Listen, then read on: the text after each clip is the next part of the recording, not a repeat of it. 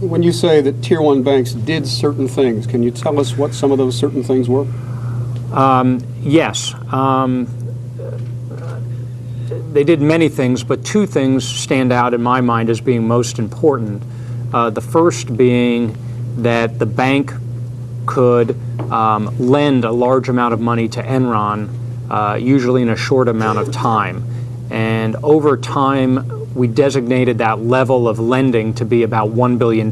So we were looking for banks that would be able to lend $1 billion to Enron on short notice. The second criteria in my mind that was most important was that the bank could come up with structures and transactions that would help Enron creatively solve its financial reporting problems.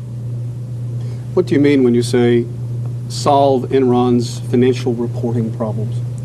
Well, Enron had a problem in that its the results it would otherwise have published from just its business operations were usually insufficient in order for Enron to maintain its investment-grade credit rating or to meet its earnings targets.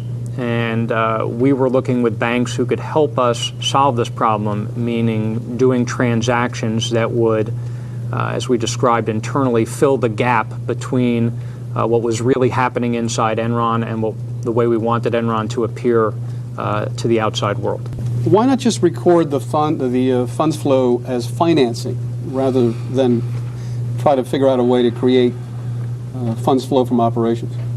Well, Enron could have borrowed the money, but that was the problem. That would show up as debt on Enron's balance sheet, and the interest payments associated with that debt would have shown up in Enron's income statement and funds flow statement. Enron desired to have what otherwise was economically and substance a loan look like something other than a loan so it could achieve a higher credit rating. And did you discuss Enron's financial reporting objectives, including the need for funds flow from operations with senior bankers or the people that you dealt with on these transactions? Yes, I typically did as part of my ongoing dialogue.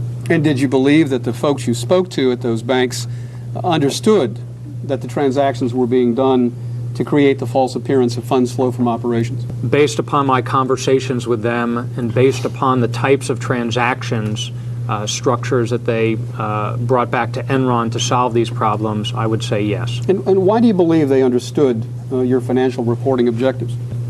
Well, for a number of reasons. First of all, these, in my opinion, were very sophisticated financial people. We talked explicitly about the issues Enron had with funds flow from operations and earnings. We even had slides where we discussed those. So for those reasons and some others, I believe they understood it. In some instances, did the bank itself create the structure to meet the Enron financial reporting objectives? My understanding is yes, in some cases. And in some instances, was the creation of the structure an iterative process? Yes. With what department at Enron? Typically, it was my department, what we called global finance. My employees would work with the bankers or the specialists within the banks to finalize the structures. And why were some of those structures created as an iterative process or together with the bank and your unit? Well, I think it varied from transaction to transaction, but generally speaking, the purpose of the transactions was to achieve the objective of changing how our reported financial statements looked, and that required creating structures that accountants would view a certain way, or attorneys might have to view a certain way to give opinions on. And did your staff work together with bankers to create those structures? In some cases, yes. Was there a time during the calendar year when you went to banks with your problems more often than others? Yes. When was that? As a general rule, I'd say at the near the ends of quarters, financial reporting quarters, which happen to be calendar quarters as well, and year end.